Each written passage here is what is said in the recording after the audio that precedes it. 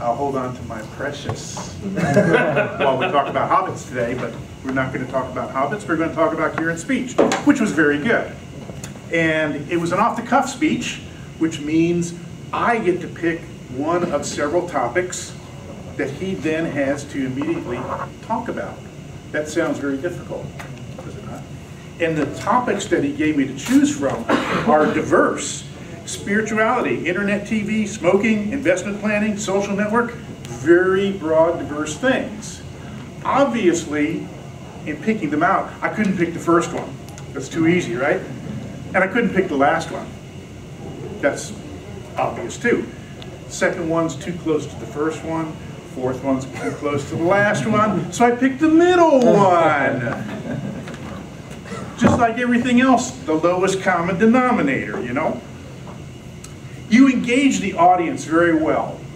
To start off that speech, you asked us questions. So the audience had to start for you.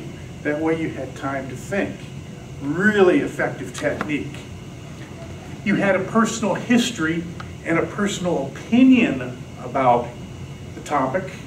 And part of the requirement of the speech is to convince people of your presentation of the topic. So you had personal history, you had personal opinions, but then you also stated facts. And that was very good. The facts backed up your opinion to convince the people. Now when you're speaking, gestures were good. Movements were good to this side. You didn't move to this side at all. I don't know if that was required or not.